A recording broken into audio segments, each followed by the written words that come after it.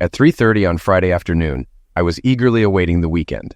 At 48, I was about to experience one of the best days of my life, marrying the woman I considered the most beautiful in the world. Jane, being traditional, stayed with a friend the night before, believing it was bad luck for me to see her. As I was heading to my home office to finalize wedding details, I heard her key in the door. "Forgot something, Scatterbrain?" I called, coming down the stairs. At the bottom, I froze. She stood there with a Mediterranean tan, wearing an expensive suit, smiling and rushing toward me. "Kevin, I'm back," she said, rushing towards me. I turned my cheek to avoid her kiss and pushed her away. "What are you doing here?" I demanded. "Kevin, don't talk to your wife like that. This is my home," she replied, her voice firm. "First, you're not my wife. Second, this isn't your home." I shot back, my tone cold. I walked to the lounge and called the police. "This is Kevin Bryant. Yes, she's back. My ex-wife, Lisa. She's here now. Send someone quickly," I said into the phone. "Who was that?" she asked, a hint of nervousness in her voice. "Detective Inspector Maynard of the local police," I responded calmly. "But I haven't done anything wrong," she protested. "Maybe not, but they think I have," I replied. Then I called my son Elliot and told him the same. "Why don't you sit down, Lisa? Some people want to talk to you," I said, gesturing to a chair. I hadn't seen Lisa in 6 years, though it felt longer. She had left a note with her bank cards, saying she was leaving to find her true destiny and asking me not to look for her. We had been sweethearts since high school. I joked I'd be a millionaire by 30. I went to Manchester University for electronics, met many girls, but Lisa was the one. She told boys she was waiting for her millionaire. During breaks, I worked, but always spent time with her. After finals, Lisa revealed she was pregnant. I thought we were careful, but accidents happened. We married, and I graduated with first-class honors. I chose a small company over a big one, and we moved to Somerset. I joined Danvers Electronics, attracted by the owner Bob and the opportunity to advance quickly. Bob was supportive, helping us settle and paying rent. My first salaries went to furnishing our place and preparing for Elliot's arrival. Lisa regained her figure quickly after childbirth, looking even better than before with her chestnut hair and blue eyes. We soon outgrew the apartment and started looking for a house. Bob helped again, convincing me that renting was a waste and I should buy a house. I only had half the deposit, so Bob loaned me the rest. It wasn't pure generosity. He knew I could get a better deal and that buying a house would keep me in the area. Over time, things got easier. I wanted more kids, but it didn't happen. When the chief designer retired, Bob decided to restructure, merging design and development under one leader. My heart sank when he asked me to meet the new manager. He led me to his office, which was empty, and then into his ensuite bathroom. Facing the mirror, he said, "Kevin, meet the new design and development manager. There were no applications or interviews. I got the job on the spot." Bob insisted, "You better take it. I've based this restructure on you." "Are you sure, Bob? I was hoping for the design job, but are you sure about me running both departments?" "I was sure from your first month here. I did my research before hiring you. You and Lisa may think I'm a benevolent fool, but I'm a businessman and you're good for business." The new position came with a significant raise. Knowing Lisa's spending habits, I arranged with Bob to divert 10% of my salary to a savings account. Lisa saw an increase, but this gave us a buffer for emergencies. My department's drive to diversify led to more defense work, and I filed a couple of patents for cheaper, better solutions. We licensed our patents to competitors, earning royalties. Bob insisted I take a percentage as an annual bonus, which I used to pay off the mortgage. We were doing well. By 30, we owned a house in the country, had 2 cars, and enjoyed a good standard of living. When I mentioned this to Lisa, she reminded me, "You always said you'd be a millionaire by now." She hadn't realized it was a joke. Despite her disappointment, our life was good, and we were comfortably well off. Our bed life was good but routine, and we had an active social life. The only major disagreement was over Elliot's education. Lisa wanted him in private school, while I thought public school was sufficient. "Maybe if you went to private school, you'd be a millionaire now instead of working for a small electronics company," Lisa said pointedly. "It's that company that allows us to have this discussion. Without it, we wouldn't have the income to even consider it," I replied, trying to stay calm. "So you admit we can afford it. If you loved our son, you'd give him every advantage," she countered sharply. In the end, Lisa won, and Elliot went to Kingswood as a day pupil. It cost $6,000 a year, but gave me peace of mind. I thought it was money not spent on shoes and clothes. The worst part wasn't the fees, but socializing with the other parents. Lisa befriended stockbrokers, bankers, and investment analysts. None worked in manufacturing. By Elliot's second year, We were invited to dinner parties. I tried to get along, but often found myself biting my tongue. This was when the real trouble began. Lisa really admired these people, but I saw them as parasites living off others' work. "I see you've remodeled the garden," Lisa said, looking out. "Yes, after 30 policemen and 2 diggers left it a mess, it was easier to start over," I replied. "Policemen and diggers? Why were they here?" she asked, confused. "Looking for you," I said bluntly. Just then, the doorbell rang. It was Detective Inspector Maynard and WPC Cavendish. I invited them in and introduced them to Lisa. "Did you really dig up my garden, Inspector?" Lisa asked, incredulous. "Yes, madam. Do you have any ID?" Inspector Maynard replied. Lisa handed over her passport. The inspector checked it against a photo, and WPC Cavendish noted the details. "Now, Mrs. Bryant, where have you been for the last 6 years?" Maynard asked. "Do we have to do this now? Can't I come to the station later?" Lisa pleaded. "We can take you now, but your husband deserves answers," Maynard insisted. "Kevin, I know you're angry I left, but this won't help," Lisa said, turning to me. "I'm not angry you left, Lisa. I'm angry you came back today," I almost shouted, then sat down by the window as it started to rain. "Mrs. Bryant, we've been trying to find you." "Where have you been?" Maynard pressed. "I didn't know you were looking. I told Kevin not to," Lisa replied. "He didn't. We did. So where have you been?" Maynard repeated.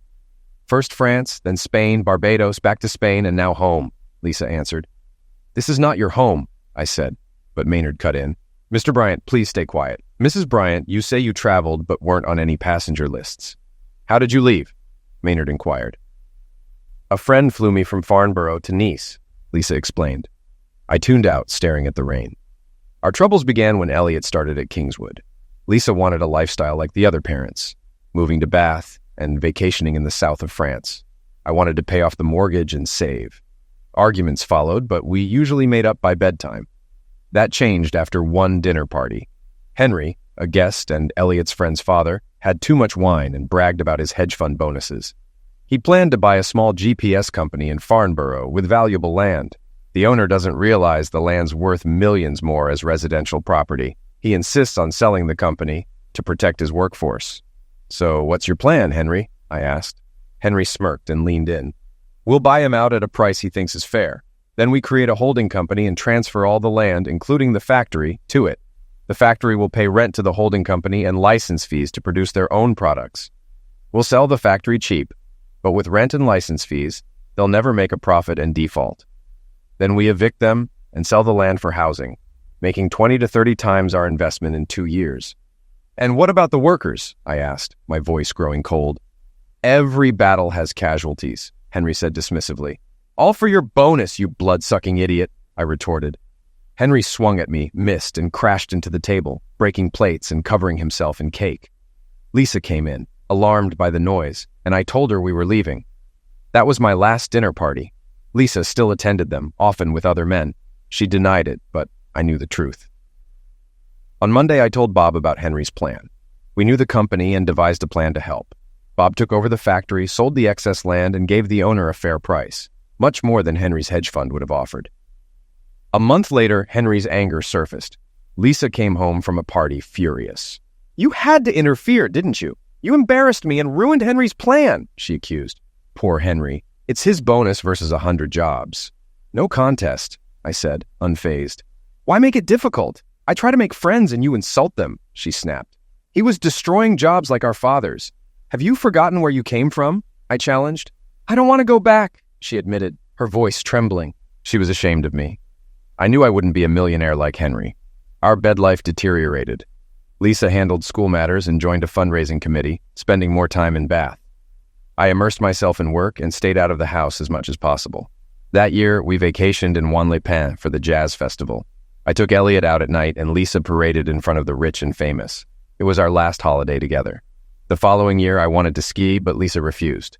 Elliot enjoyed winter holidays with me and summer holidays with Lisa. Our lives diverged. I wasn't an ideal husband and didn't care what Lisa was doing. She had turned her back on me. By the time Elliot went to university, we were living separate lives, sharing only a bed. Elliot, influenced by Lisa, studied business. I was disappointed but accepted it. He joined a management consultancy in London after graduating. During these years, I heard rumors about Lisa's behavior. Even Bob Danvers mentioned it. My secretary made faces when Lisa called. I didn't know if she still loved me, but it was clear she had no respect for me. When I came home that night and found Lisa gone, I felt relief. Inspector Maynard didn't understand how she wouldn't know about the search. "It was in all the papers, and your husband was arrested," Maynard said, incredulous. Lisa looked at me, her eyes wide with surprise. "They arrested you?" "I'm so sorry, Kevin. I didn't expect that. I left a note," she explained. "Yes, but it was printed and unsigned. No one believed it," I replied. "Mrs. Bryant, I find it hard to believe you didn't know about the search. It was in all the newspapers and even covered by foreign media," Maynard pressed. "Inspector, I was abroad and didn't speak the language. I only saw TV news in French. I had no idea what was happening here," Lisa insisted. "And you didn't care," I added, bitterness in my voice. "You're right, Kevin. I didn't care. We hadn't been close for years. I didn't want to cause you trouble," she admitted. WPC Cavendish returned with a paper for the inspector. "Lisa, is that your Range Rover outside?" she asked. "Yes, why?" Lisa responded, suddenly wary. "The Spanish police are looking for it, and you, in connection with a death in Malaga," Cavendish said. "He died in the girl's room. It was a heart attack, not my fault," Lisa protested. "The Spanish police are annoyed you left while the case was open. I had to get away from those people." "You were right, Kevin. They just use people," she said, her voice softening. "Okay, Lisa, we're done here. We'd like you to come to the station to give a statement, but as far as I'm concerned, it's case closed," Maynard declared. I walked them to the door. Inspector Maynard offered his hand. "Thank you, Mr. Bryant, and good luck," he said. "Thank you, Inspector. Goodbye," I replied, shaking his hand. I watched them leave, feeling relieved. I did miss Lisa. The house felt empty, and even the arguments were gone. But at least she left her bank and credit cards, and I didn't have to worry about our money. She also left her Mini, which I was paying for. The next day, I took her name off our accounts and surrendered her cards. I didn't report her missing, as she had asked. 10 days later, Elliot called, upset. He insisted on involving the police and filed a missing person report. That's when I met Inspector Maynard, who questioned why I hadn't reported her missing. "Mr. Bryant, do you know where your wife might have gone or who she left with?" he asked. "I have no idea and don't care, Inspector," I replied. He wanted to know about our relationship, and I told him the truth. "Tell the truth and shame the devil," my mom always said. My admission that we were just two people sharing a house didn't help. 2 days later, the press was camped on my front lawn. They shouted questions as I left for work. In a meeting with Bob Danvers, Maynard showed up again. "Mr. Bryant, we have a warrant to search your house and car. I need you to accompany me." I handed over my keys. "Here are the keys. You'll find the car in the parking lot. Now, Inspector, Mr. Danvers and I have business to discuss." Maynard surprised me by handcuffing me. "Kevin Bryant, you're under arrest for the homicide of Lisa Bryant. You don't have to say anything, but it may damage your defense if you don't mention something you later rely on in court. Please stand and put your hands behind you." I did as instructed, and the other cuff was locked on my right wrist. I was led from the room, and Bob called out, "I'll call the company lawyer. Don't say anything until he arrives." For 2 days, I was held at the police station, enduring multiple interviews. Following Bob's advice, I refused to speak without my solicitor. After 2 days, Maynard sought more time to question me, but my solicitor challenged him to show evidence of a crime.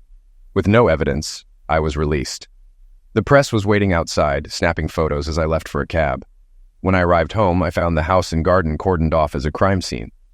The garden gate was off its hinges and the front door was open. I took photos, then packed a case while a policeman supervised. The house was a mess, with carpets ripped up and diggers in the garden. I collected my clothes, then headed to a hotel. The next day, my picture was in the tabloids with the headline, "Getting Away with Homicide." At work, I received applause from my coworkers, and Sally, my secretary, welcomed me back with a kiss on the cheek. Bob Danvers visited my office. "Good to see you back, Kevin. How are you?" "I'm fine, but my house is wrecked," I said, showing Bob the photos. "Print those out for me," Bob responded. "We'll get the lawyers on it. You deserve compensation. Where are you staying?" "I spent the night in a hotel. I'll look for a short-term flat," I replied. "No need," Bob insisted. "Wendy and I have plenty of room. Stay with us until we find you a place. Remember, you have friends here." Later, Sally offered to help find me a place. "My Aunt Helen takes in lodgers and has space," she said. "Are you sure she'd be okay with a homicide suspect?" I asked, half joking. "You're no executioner," she laughed. "I'll call her this afternoon." That evening, I visited Helen Warrender. She was in her early 50s but looked closer to 40, with piercing blue eyes and shoulder-length dark hair. Her home was nice, and the available double room convinced me to stay. I felt it was only right to ensure Helen knew everything. Her response sealed the deal. "Sally told me everything. It's disgusting how they treated you," she said sympathetically. I had forgotten what it was like to be cared for. Helen served me breakfast every morning and insisted I wasn't confined to my room. "This is a big house, Mr. Bryant, and I get lonely. Just having someone else here is nice," she said warmly. Over time, I realized staying with Helen was better than living with Lisa, except for the lack of lovemaking, which resolved itself. One night, I found Helen panicking over a leaking toilet. I turned off the water, bought a new valve, and fixed it. Helen hugged and kissed me in gratitude. Feeling her body against mine stirred feelings, and she invited me to take her to bed. We undressed and had wild lovemaking. Later, I fetched us wine, and we had another round before she fell asleep. I left her to sleep, wondering what might have happened if I had stayed. The next morning, things were normal again. That evening, I invited Helen to dinner. "Kevin, last night was a mistake. It shouldn't have happened," she said apologetically. "But it did, and it was good, wasn't it?" I asked. "Yes, but it was wrong. You're still married, and I have someone," she replied. "You have someone? Then why last night?" I asked, confused. "He's old-fashioned and won't sleep with me until we're married.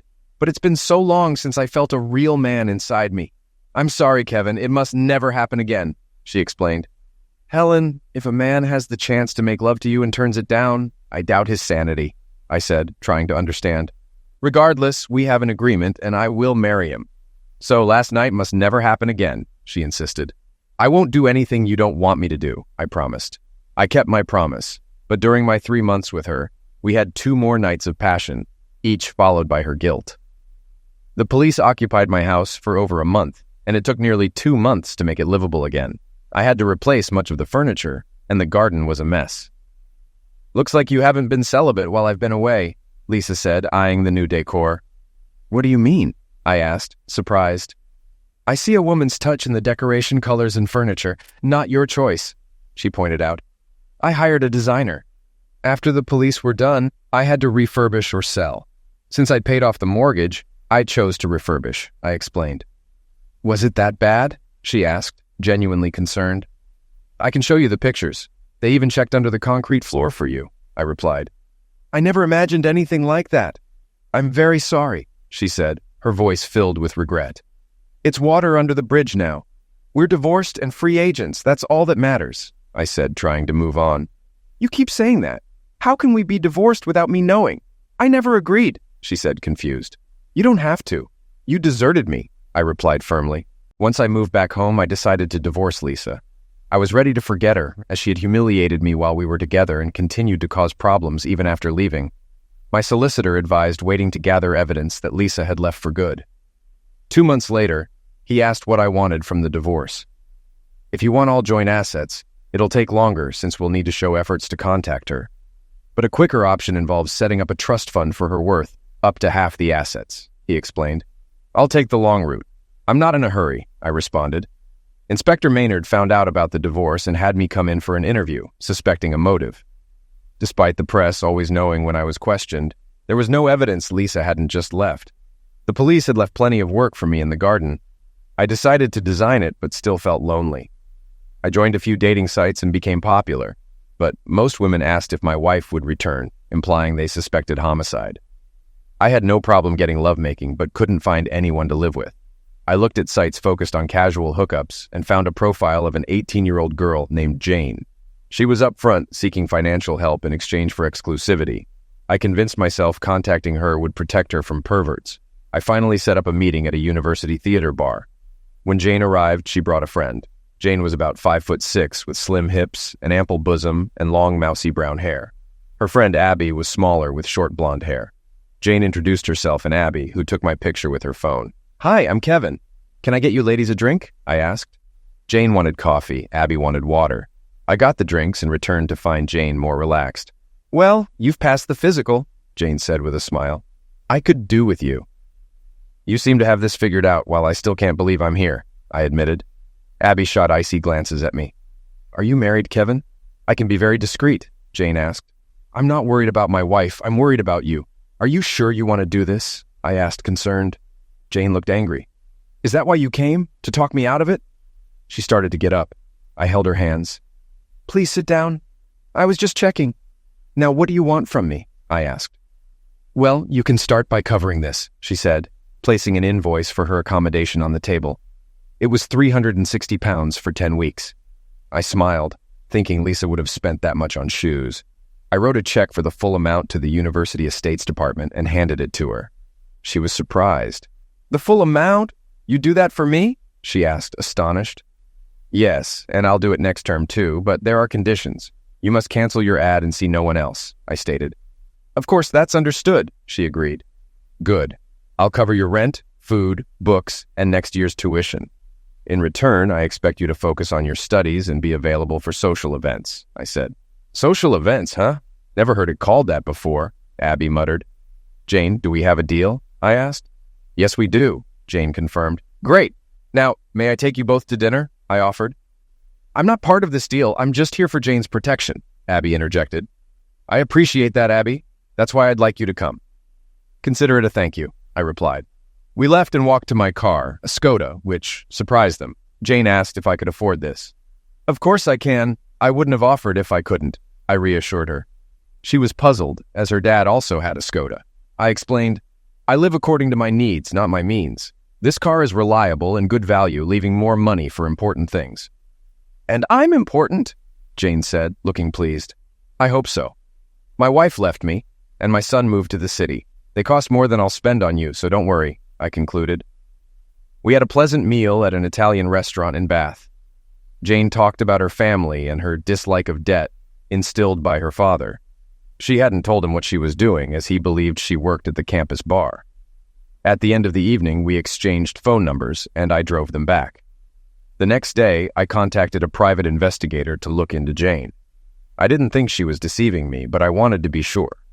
Meanwhile, I took things slowly, taking her out a couple of times a week. Despite my efforts to keep it casual, I was becoming attached. One Saturday, I took Jane shopping for clothes, then to a favorite restaurant and a nightclub. I had booked separate hotel rooms for the night. As we walked to our rooms, Jane held my arm and rested her head on my shoulder. Outside her door, I attempted to kiss her cheek, but she turned and our lips met. She kissed me back with passion. We need to talk, she said. We could, but I'd prefer my room. She opened the door and led me in, then sat me on the bed and went to the minibar. Shall we have a drink? She brought out 2 small bottles of wine and glasses. Kevin, I appreciate your help, but I thought we had a deal. We do, and I've kept my side, haven't I? Sort of, but you haven't let me keep my side. You cover my expenses, and in return, you get me exclusively. I enjoy going out with you and the dresses you buy. She unzipped her dress, let it fall, and stood before me in lingerie.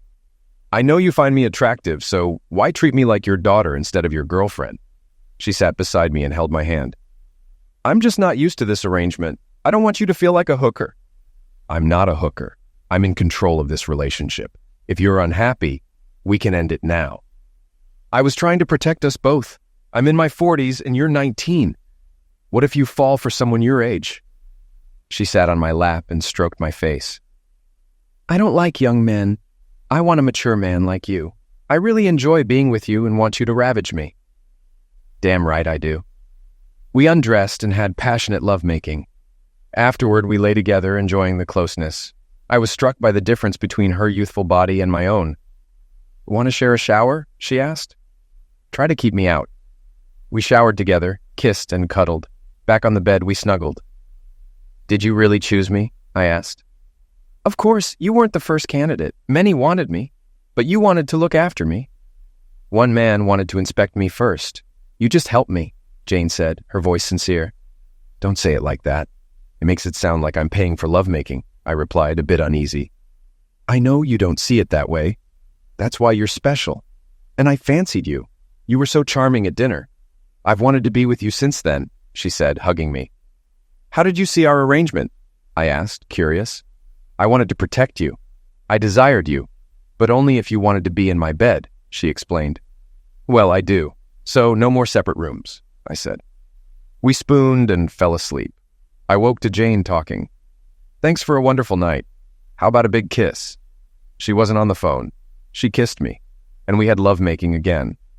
Afterward, I showered and returned to my room for clothes. We went to breakfast with my arm around her shoulder. We arrived looking like father and daughter, but left like lovers. On Monday, I called the inquiry agent for a report. He confirmed everything was as Jane said, with no love interest at university. Some even thought she and Abby were partners. I thanked him, closed the case, and asked for the bill. I asked Sally for details of the gym that offered company employees a discount and to book me an appointment with a personal trainer. She gave me a curious look. "Why the sudden interest in fitness?" Sally asked. "I think this old body is out of shape," I replied. "It's not that bad, and it's not that old," she said, then smiled knowingly. "You've found someone, haven't you?" "Oh my God, you have. I'm so happy for you." She kissed me on the lips, then looked embarrassed. "I'm sorry. I can't wait to tell everyone." "I'd rather you didn't, Sally. Let's see how things go first," I said cautiously. "Any girl who lets you go is mad or stupid. That's all I'll say," she responded. "Thanks, Sally. I won't tell your husband you said that," I joked. "He knows. He heard me and Aunt Helen talking about you. If I didn't love him, I would have made a move myself," she said with a grin. "He's a lucky man. Now, let's get to work," I said. She left excited, and I wondered how long she'd keep quiet. At Danvers, we were specializing in digital signal processing. Our manufacturing side was still strong, but licensing our designs was more profitable, thanks to my efforts. We hired 2 new graduates annually. Bob, now in his 60s, wanted to take a back seat. After a session with the personal trainer, Bob came into my office. "You look like you've run a mile," Bob said, chuckling. 3, actually. "What can I do for you?" I asked, catching my breath. "Your mileage expenses are costing a fortune.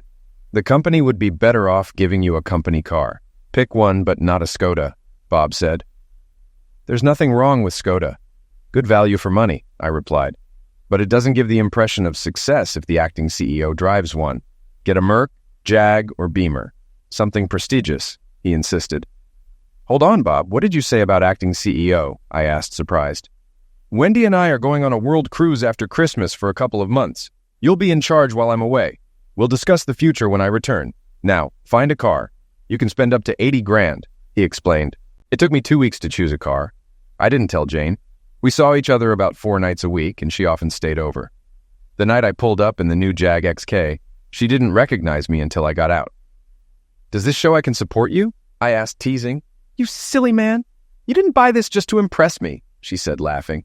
"No, it's a company car. My boss insisted," I clarified. "Your boss must think a lot of you," she said, impressed. "I think he does. Now, where do you want to go tonight?" I asked, smiling. "I don't care as long as I'm with you. Can't we just go to your place and watch TV?" Jane asked, smiling. I felt comfortable with our relationship. We didn't need to go out. She was happy just being with me. For the first time in years, I was happy. But it couldn't last. One evening, she wasn't at our usual spot. I went to her room in the theater bar but found no sign of her. Feeling dejected, I returned to my car and found Abby waiting. "Abby? Where is she? Is she all right?" I asked, worried. She slapped me hard and started yelling. "Why couldn't you be honest? If she knew who you were, she wouldn't be heartbroken." "I have been honest. I am Kevin Bryant. Look, my driving license," I said, showing it to her. "I know you're Kevin Bryant, the man who got away with homicide. Where's your wife?" she demanded. "I don't know. She left me," I replied. "Then why can't anyone find her?" Abby pressed. "A reporter wanted to interview Jane for a story about women attracted to criminals. Jane defended you, but he showed her all the newspaper stories," Abby explained. "I'll bet he did. Stories he's written. I'm done with this. Just because Lisa disappeared doesn't mean I can't have a life. I want Jane in it," I said firmly. I got in my car and drove off. At home, I tried calling Jane multiple times, but her phone was off. I sent a text. "It's not true. Lisa left me. Nobody killed her. Please talk to me." I slept poorly and was still angry at work the next day. I barely greeted Sally. "Sally, get Guy Pearson from the company lawyers on the phone," I instructed. "Certainly. Do you want your coffee now?" she asked. "Not now, maybe later," I replied. A few minutes later, my phone rang. "I've got Guy Pearson for you," Sally said. "Kevin Bryant here. I'm still having issues with the police and press about my wife's disappearance," I explained. I told him what had happened and how it affected my life. "What do you want me to do, Mr. Bryant?" Guy asked. "Go after the police, the press, and especially the Post," I said. "I'll get started. I'll make sure it gets maximum news coverage," Guy assured me. The next day, Pearson had started. TV cameras were in my face as I opened my door. "Is it true you're suing the police?" a reporter asked. "Yes," I replied. "Don't they have a responsibility to investigate your wife's disappearance?" another reporter asked. "Yes, but they also need to get their facts right. They had no right to label my house a crime scene without evidence of a crime," I said firmly. "Are you claiming £1 million from the Post?" someone else shouted. "I don't know the amount. My solicitor is handling it," I replied. "What have they done that's worth that much?" a reporter inquired. "They've labeled me a criminal without evidence. If the Post has proof my wife is dead, the police and I would like to see it. Despite this lack of evidence, they've interfered in my private life and ruined potential relationships. What's the price of that? Now, if you'll excuse me, I have to get to work," I said, getting into the Jag and driving off. At work, things were normal. After lunch, Guy Pearson called to congratulate me on the interview. That night, I saw the TV coverage, which was positive. My interview was followed by a piece on press intrusion featuring others whose lives had been ruined. 3 days later, I received an out-of-court settlement offer. No apology or admission of liability. No deal. The offer was encouraging, but the best thing happened when I got home. On a cold, dark evening, Jane was waiting outside. I hugged her, brought her inside, and made coffee. She looked nervous. "I'm sorry, Kevin. I don't know what to say," she began. "Let me start from the beginning," I said. I told her everything. By the end, my coffee was cold, and Jane had tears in her eyes. I put my arm around her, and she cried on my chest. "I'm sorry, Kevin. I should have talked to you. That man frightened me," she said, sobbing. "He'll regret that," I assured her. "He said horrible things about you and showed me those stories. When I saw you on TV challenging them, I knew I was a fool," she explained. "Abby said you were heartbroken," I mentioned. "I was. I really like you. The lovemaking is great, but it's more than that. I want to be with you, but he scared me," she admitted. I hugged her as she cried. After dinner, she brightened up and we sat together. Before bed, she spoke. "Kevin, I know I have no right to ask, but would you come home with me for Christmas? I want you to meet my dad and mom, but mainly my dad," she asked, looking hopeful. "I'd like that," I said, smiling. We went to bed and held each other, making love slowly and tenderly. "The last 6 years have been kind to you, Kevin," Jane said softly. "Sorry, what was that?" I asked, not quite catching her words. "I said you look well. You look younger and fitter than when I left," she repeated. "I decided to get in shape, dancing and cycling," I explained. "You? Dancing and cycling? Why?" she asked, surprised. "I can't help being an old dad, but I don't have to be a fat old dad," I replied. "You plan on having more kids at your age?" she teased. "I'm 48, not 84. Charlie Chaplin had kids at 82, I said. "But he had a young wife. Are you thinking of getting a young wife?" she asked, raising an eyebrow. "Oh my God, Kevin, you didn't get a Russian bride, did you?" she joked.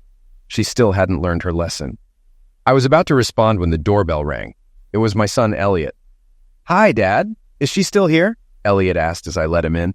"Yes, she's here," I replied. Elliot turned to his mother. "Elliot, how are you, darling?" Lisa asked. "Not that you care.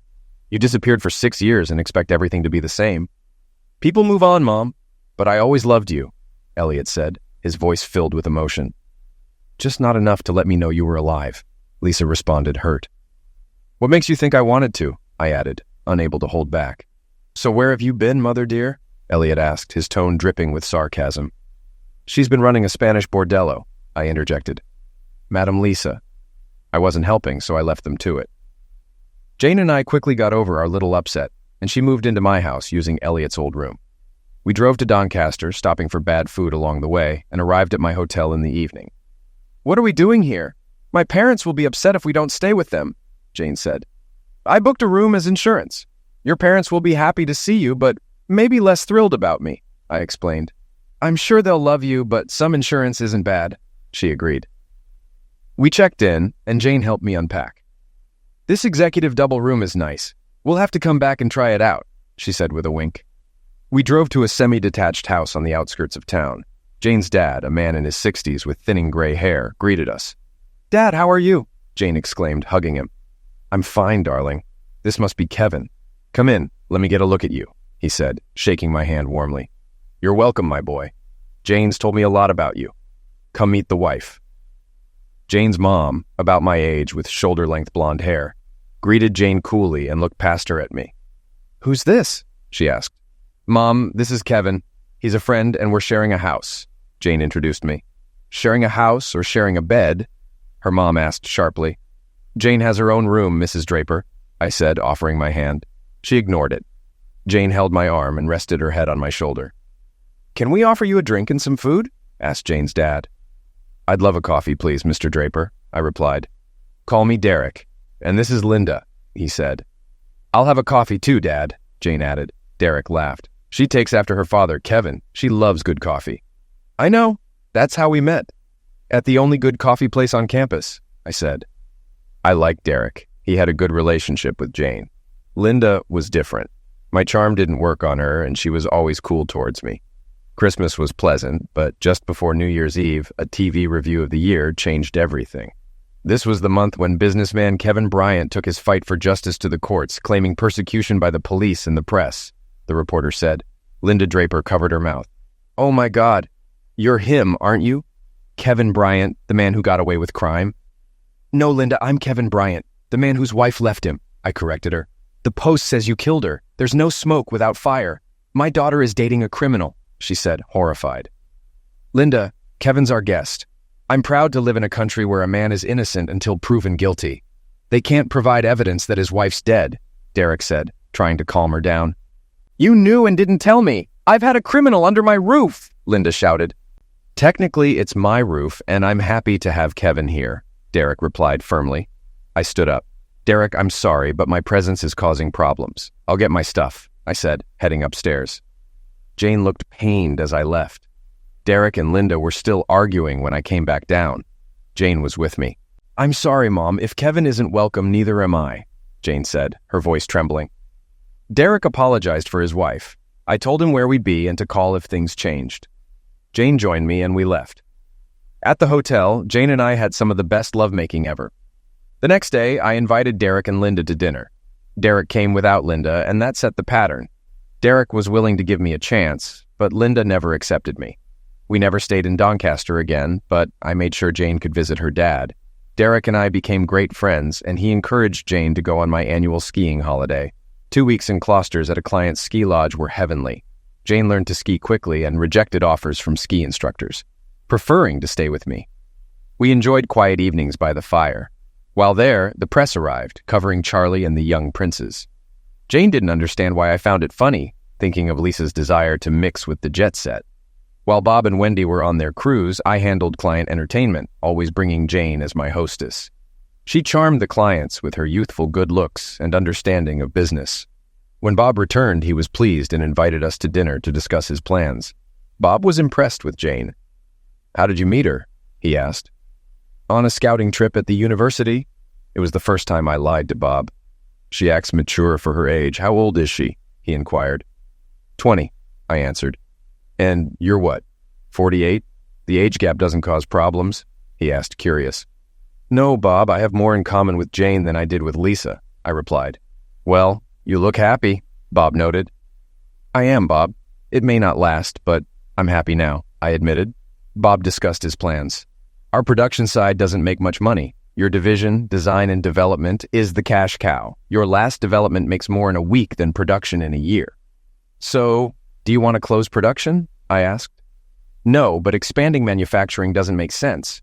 Investing in design and development does." "What's the biggest growth area?" I asked. "Digital signal processing. We're close to a marketable design." "I want you to expand that division, especially in DSP chips. I want you to run it while I focus on manufacturing and cut my time to 3 days a week. There will be an increase in salary," Bob said. In the taxi home, Jane cuddled up to me, her head on my shoulder and hands on my arm. "Did I hear correctly back there? Was my man just asked to take over most of the business?" she asked, surprised. "If by your man you mean me, then yes," I replied. "That's so cool. You must be really good at what you do," she said. "I'm good at some things," I said, taking her in my arms and kissing her. After we broke the kiss, she smiled. Some things go without saying. Lovemaking was always outstanding after entertaining clients. That night, she looked at me with pride. "I am so proud of you," she said, making me feel a surge of confidence. The police compensated me fully for the damage to my property and reputation. The Post grudgingly paid £500,000 and issued a reluctant apology. Jane suggested using the money for the Kevin Bryant bursary for promising engineering students. With Jane living with me, I covered her tuition fees, reminding me of our arrangement. By spring, I felt better than ever. My exercise regime helped me lose weight and develop a fit physique. Sally, my PA, noticed. "I'll say one thing for that young lady of yours. She's good for you," Sally remarked. "What do you mean?" I asked. "Look at you. You look 10 years younger. If having a younger partner does that, I'm getting a toy boy," she teased. "Exercise and eating well helped too. But Jane was the inspiration," I explained. "Whatever she's doing, she should keep it up. People were worried about you the last couple of years," Sally said. "Don't worry, Sally. She'll probably go home for the holidays, and I'll be back to my old self," I replied. "If she's smart, she won't leave you alone for long," Sally added. Over dinner, I asked Jane about her holiday plans. "I was going to ask if Danvers hires students for holiday work," she said. "Normally, we hire engineering students. Are you looking for a job? I thought you'd go home," I said. "I don't think I could take more than a week with my mother. I'd like to stay here and work," she explained. "I'll talk to the office manager about any vacancies," I promised. Jane's work ethic impressed me. Unlike Elliot, who avoided work, Jane sought experience. The next morning, I mentioned it to Bob Danvers, who was keen on the idea. "We depend on office staff as much as engineers. We should start training them. Do you have someone in mind?" Bob asked. Jane asked if we took on business trainees, I said. "Tell Mrs. Pritchard, the office manager, to draw up a training scheme for Jane," Bob instructed. That summer was bliss. We spent days together and went biking to country parks. I loved riding behind her to admire her divine hips. When term started, it was hard to let her return to university. By July, Danvers launched our first DSP chip, which was an immediate success. We outsourced production but integrated our design into customers' technology, earning a percentage of each chip produced. This increased our income with minimal costs, making us part of the knowledge economy. We hired more graduates and started our next project. With my personal life thriving and the company doing well, the only dark spot was Elliot. He seemed to believe I was involved in his mother's disappearance and barely spoke to me except to criticize. He was serious about a girl and planning to marry, but I had never met her and doubted I'd be invited to the wedding. A loud voice brought me out of my thoughts. "Do you have any idea of the damage you did?" Elliot was losing his temper with Lisa. "I know about the police investigation, but that wasn't my fault," Lisa responded defensively. "It was your fault. You disappeared without a word. We were suspicious and you didn't even contact me to say you were okay," Elliot shouted. "You didn't need me. You moved to London. Your father and I hadn't had a proper relationship for years, which is why he never tried to find me," Lisa retorted. "Of course I needed you. I went into finance because of you. I wanted you to be proud of me, to see my success. But you weren't here," Elliot replied, his voice filled with frustration. "You had your father to talk to," Lisa said, trying to defend herself. "No, I didn't. You destroyed that too. I blamed him for your disappearance. I even thought the police might be right. I've hardly spoken to Dad since you left," Elliot admitted, his voice breaking. "Oh, darling, you can't really believe your father killed me," Lisa started to cry. "I didn't know what to believe. I had no one to help me. I even tried to stop him from divorcing you," Elliot said, his voice softening. "How could he divorce me without my knowing about it?" Lisa asked, bewildered. "The divorce came at a tough time for me, coinciding with Jane's graduation and the end of our arrangement. Guy Pearson handled the divorce well, but my relationship with Jane was another matter. I had fallen totally in love with her despite the age difference and feared the end. Jane noticed my distraction, but I blamed it on the divorce. I encouraged her job search, wanting the best for her. When she received a job offer from KPMG, she came to me with the letter. "Kevin, I've been offered a job at KPMG in their accountancy division," she said excitedly. "That's great news. After their graduate training, you'll be in high demand," I replied, trying to sound enthusiastic. "But it's in London," she said, her voice faltering. "You'll enjoy the fast pace and nightlife," I said, avoiding her eyes. "So you want me to take it?" she asked, her voice rising. "I want what's best for you," I said, trying to keep my composure. "Oh, for God's sake, Kevin, do you want me to go to London?" she asked, tears welling up in her eyes. "Our arrangement is ending. You should do what's best for you," I said, my voice cracking. "Is that all I mean to you? Maybe I should go to London," she said, starting to sob uncontrollably. I put my arm around her as we sat on the sofa. "Of course you mean more to me. But I thought you'd want to find a man your own age and live life fully, I said, tears welling up in my eyes. Kevin Bryant, you can be so stupid. I don't want a man my own age. I want to get out in the world, but with you. I don't want to leave you. If you want me to go, I will, she said, her voice trembling. You'd give up this chance to stay with me? I asked, stunned. You're 48. That's not old. And I'm in love with you. Can I move out of the spare room now? Will you take me to bed and show me how much you love me? She asked, her eyes pleading. I picked her up and carried her to the bedroom. We lay on the bed, undressing and touching each other. After another passionate session, I asked, Did you enjoy it? Oh, yes, it was unbelievable. How about you? She replied, smiling. It was amazing. But I don't want to do it all the time. I miss the holding and hugging, I said. How do you always know the nicest things to say? She asked, getting off the bed and kissing me. I forgot to tell you. I've had another job offer from the place where I worked during the holidays.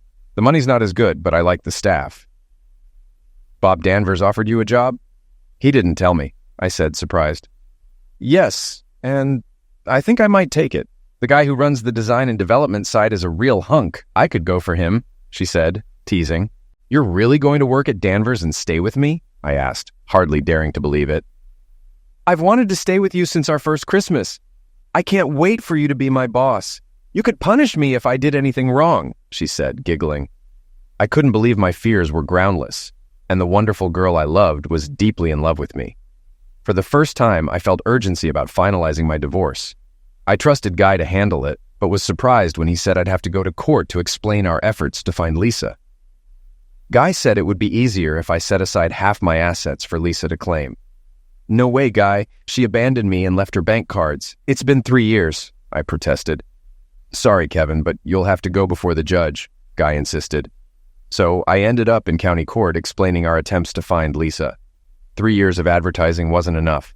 The court required another year of ads in European countries. On my way out of court, Detective Inspector Maynard confronted me. Good morning, Mr. Bryant. You've finally given me something, Maynard said smugly. What are you talking about? I asked, confused. Motive, Mr. Bryant. Half your net worth must be a couple £100,000.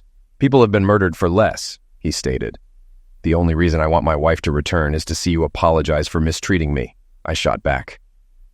The file is still open, Mr. Bryant, and I'm patient, Maynard warned. You'll wait a long time because she isn't dead, I retorted, and walked off. The next year was spent advertising in Britain and Europe, but we got no response from Lisa. The court awarded me a decree nisi, becoming absolute in 6 weeks. For the first time in 24 years, I was free. I considered marrying Jane, but we were happy as we were. I was the happiest I'd ever been, except for my strained relationship with Elliot. He recently married Christine, who invited me to the wedding. She tried hard to mend our relationship, but it was a struggle. Mother, you didn't expect nothing to change after you deserted us. We've moved on, and Dad had to divorce you, Elliot said firmly. But surely I have some say.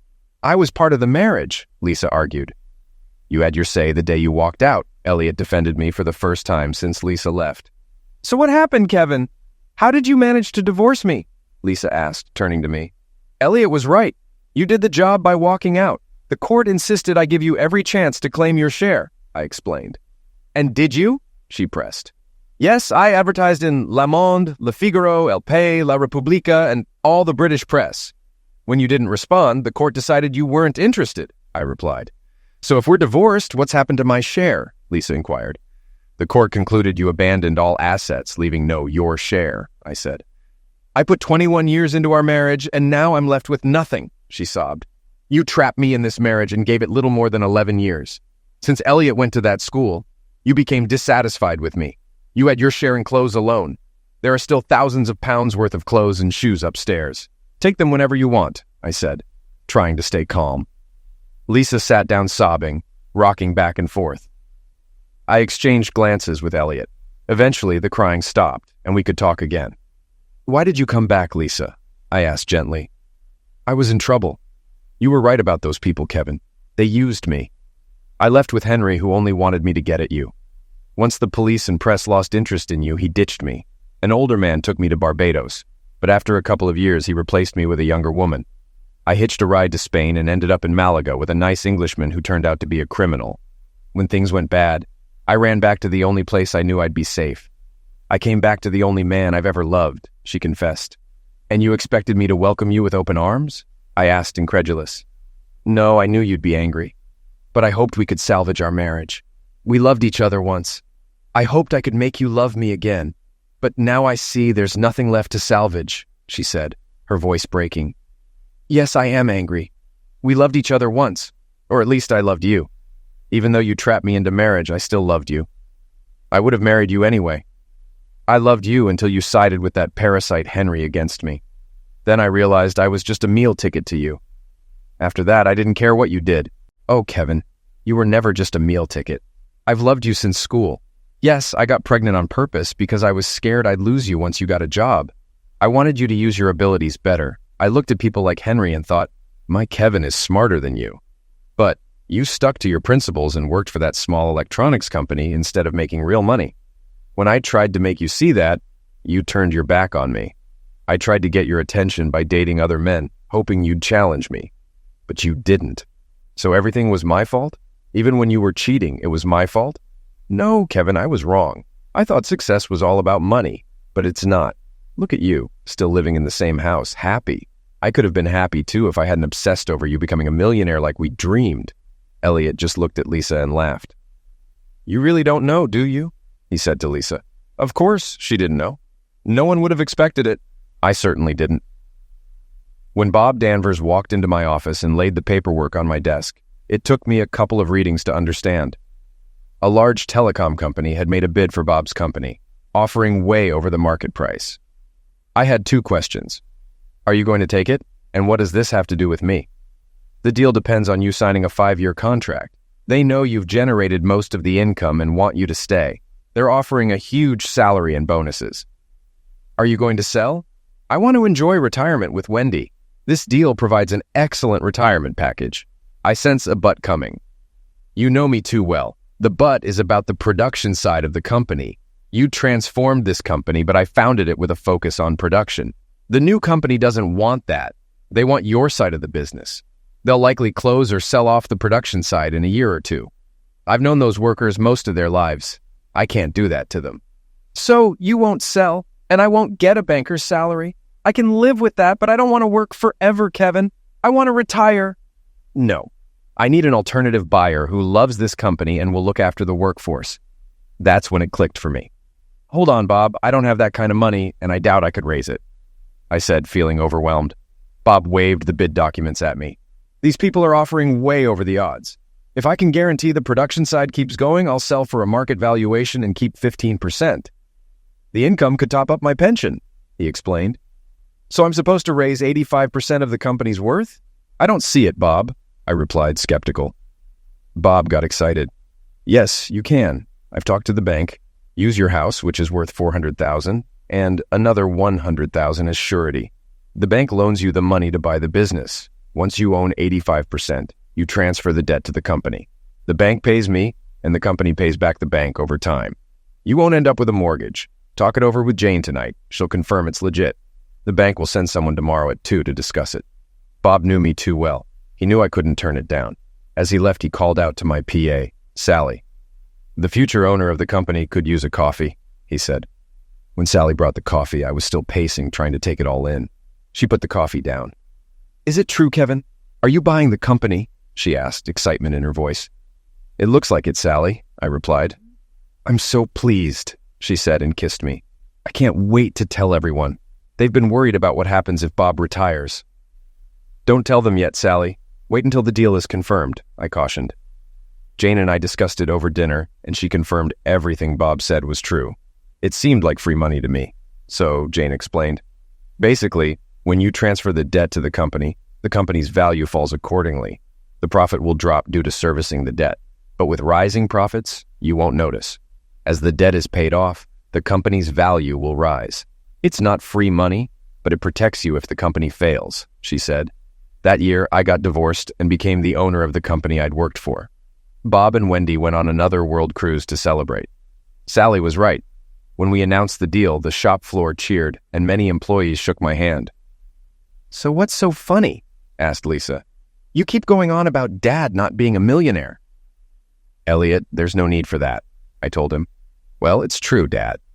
If she wanted you to be a millionaire, she should have stuck around, Elliot said. Are you saying your father, who still works for that tin pot electronics company, is wealthy? Lisa asked, incredulous. First, that company is a leader in the knowledge economy, selling know-how worldwide. Second, he doesn't work for Danvers Electronics. He owns it. He's a millionaire, at least on paper, Elliot declared. Lisa was visibly shocked. She just sat there, mouth open. Eventually, she looked at me. But you still live in this house? Why, when you could afford something better? She asked. The house suits me fine. I don't need anything bigger, I replied. And you still drive that old Skoda? She inquired. No, I drive a Jag now, I said. Elliot said he had to go and for the first time in more than 6 years gave me a hug. I'm sorry, Dad. If the invitation is still open, I'll see you tomorrow. Christine was planning to come anyway, he said. Of course it's still open, but you've blown your chance of being best man, I joked. We laughed and I walked him to the door. He checked if I'd be okay with Lisa. I assured him I was fine. I went back inside and found Lisa inspecting the house. She picked up a photo of me with Jane. Who's the girl, Kevin? She asked. That's Jane Draper, I replied. I don't think I know any Drapers, she said. No, you don't, I confirmed. From this picture, she looks like your girlfriend, she noted. No, she's not my girlfriend, she's my... I hesitated. Kevin, have you gone mad? She looks young enough to be your daughter, she exclaimed. After divorcing Lisa, I wasn't in a hurry to marry again. Jane never mentioned marriage, and we were content as we were. We lived like a married couple, so without children, there seemed no need to change things. Our life together was blissful, and we had no money problems. One night, Jane surprised me with her feelings. Kevin, would you like us to have a baby? She asked, catching me off guard. I hadn't thought about it. Don't you think I'm too old for that? I asked. No, you're young for your age, and I want a family, she said. I got out of bed. I don't want to bring fatherless babies into this world, I said. As I walked around the bed, I saw her face drop and tears form. I knelt beside her. Jane, will you marry me? I asked. She looked puzzled, then smiled as she realized what I meant. You mean we can start a family? She asked, hope in her eyes. Only once we're married. So, will you marry me? I repeated. Yes, you know I will, she said, tears of joy streaming down her face. She pulled me back into bed. The next day, we went to the jeweler's. Jane tried to involve her mother in wedding planning, but despite an apology, her mother still believed the post and thought I was an executioner. Her father was thrilled and offered help. Jane delayed setting a date for a few weeks, puzzling me. Then she presented a document listing all my assets for a prenuptial agreement. I challenged her. Why a prenuptial? What do you have to protect? Nothing, Kevin, but you do. I want people to know I'm marrying you for love, not money. If we break up, I don't want anything I didn't contribute. I'm not having it. What's mine is yours. I love you. That's why I want this. I want everyone to know I'm marrying you for love, not money. I don't care what people think. I want to marry you. Prenuptials aren't legally enforceable here. I know, but the court will consider what we each brought to the marriage. I don't want to argue. If we don't do this, I can't marry you. Reluctantly, I agreed. After signing the agreement and listing my assets, Jane set the date. Elliot reacted predictably, accusing Jane of being after my money. When I asked him to be my best man, he laughed and doubted he'd even attend the wedding. Bob Danvers eagerly accepted. The last thing I expected was Lisa's return.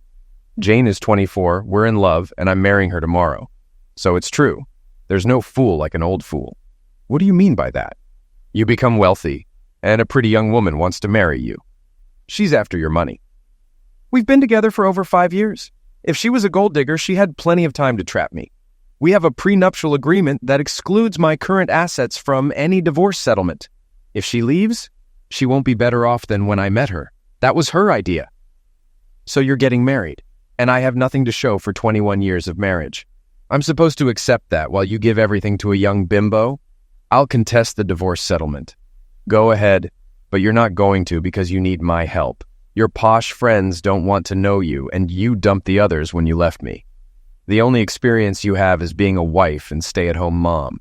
You might have some cash, but nowhere to go and no one to turn to. You're an old hooker who never saved a dime. You're as useful as jugs on a pig. Lisa sat with her head in her hands, sobbing. Yes, you're right. I've been a fool, and now you hate me for it. I'm really sorry, Kevin. Stop it.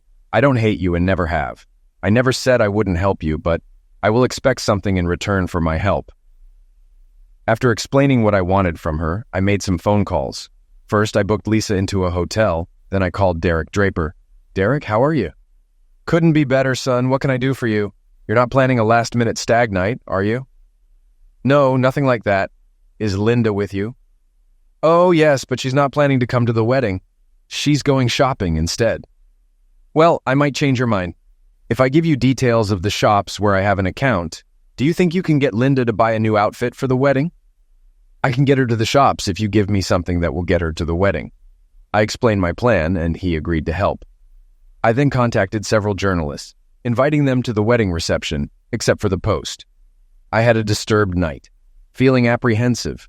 By morning, I was excited when Bob Danvers arrived. Come on, Kevin, I'm taking you out to breakfast. We went to a local hotel and discussed the day's plan. Bob asked if I had any worries. I don't think so, Bob. Just Jane changing her mind and Lisa. Jane adores you. Why worry about Lisa? She walked out on you. She's back. She just turned up yesterday. She didn't like that we're divorced and that she got nothing out of it. I think I've worked out a deal with her. I'm worried about spoiling Jane's big day. I explained my plan to Bob, and he agreed to handle Lisa while I was on my honeymoon. We got ready and went to Audley Manor. Everything was going well. The press arrived early, and Bob told them to stay out of sight until the reception. Guests started arriving, and Bob and I took our positions. As the seats filled, I saw Linda Draper waving at me, beaming and showing off her outfit.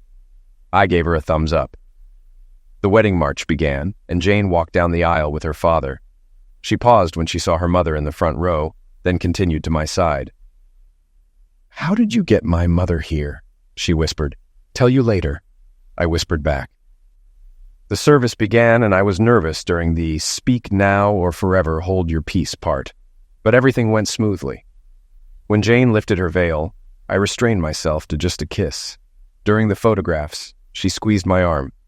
All right, how did you get Mom here? And when did she get that outfit? I've never seen it before. There were some unexpected developments yesterday, and I had to make some changes. It might take some attention away from our day. I don't care. I've got you, and my mom and dad were here to see it. When the photos were taken, we returned to the hall for the reception. After the meal, Derek made a speech about his daughter and welcomed me into the family. Bob Danvers, as best man, gave a humorous speech. Then it was my turn. I shared how I met Jane and expressed my love for her. Then I addressed the crowd. I know Bob has thanked everyone for coming, especially those who traveled far, but there's one person who hasn't been mentioned. Ladies and gentlemen, please welcome Lisa, my ex-wife. She has come a long way to be here today. Lisa, please stand up. Lisa stood, and the press surrounded her, shouting questions and taking photos. After a minute, I intervened. Gentlemen, remember this is Jane's and my wedding. Please leave us to continue our celebrations. Mr. Danvers will provide her contact details, I said firmly. The hall was filled with shocked faces, but things soon returned to normal, and the party continued. Jane and I left for the hotel as we were flying to St. Lucia the next morning. This night was special. I was welcoming my new wife to our bed. I was ready first and waited for her. She emerged from the bathroom, walking deliberately, dressed in a white lace basque, white stockings, and her wedding shoes. She held a small packet in her left hand. Kneeling on the bed, she lifted my chin, kissed me, and showed me the packet of contraceptive pills before discarding them in the bin. Returning to the bed, she kissed me again. Okay, Mr. Bryant, let's make babies, she said with a smile. Sure, Mrs. Bryant, I replied, feeling a surge of joy. What did you call me? She asked playfully. Mrs. Bryant, I repeated. Say it again. I need to get used to it, she said, her eyes sparkling. Okay, Mrs. Bryant, I said, pulling her close for another kiss. After our physical engaging night, I did manage to give Jane the baby we wanted, and we enjoyed being parents so much that we had another child. Our children and Elliot's 2 kids are all close in age, making family gatherings interesting. Christine has been great for Elliot, who took a pay cut to work for me. Our relationship has improved significantly. Being close to those affected by his decisions has made Elliot a better and happier man. However, his relationship with Lisa has suffered. Only Christine's insistence on the importance of a grandma keeps them in touch. Lisa sold her story to the Sunday papers, earning over £100,000. Surprisingly, it painted me in a good light regarding her foreign escapades. She named names and stirred up trouble for others, but not for me. The money didn't last long, but Lisa found a wealthy older man who married her. Jane's mother hasn't bought a copy of the Post since our wedding. She's now proud of her daughter and me. She and Derek moved closer to be near their grandchildren. Derek and I get along very well. I'm as happy as can be with a lovely young wife, 3 children, and a son who looks after our interests. My younger children think I'm a superhero. Life has been eventful, and may it continue to be so.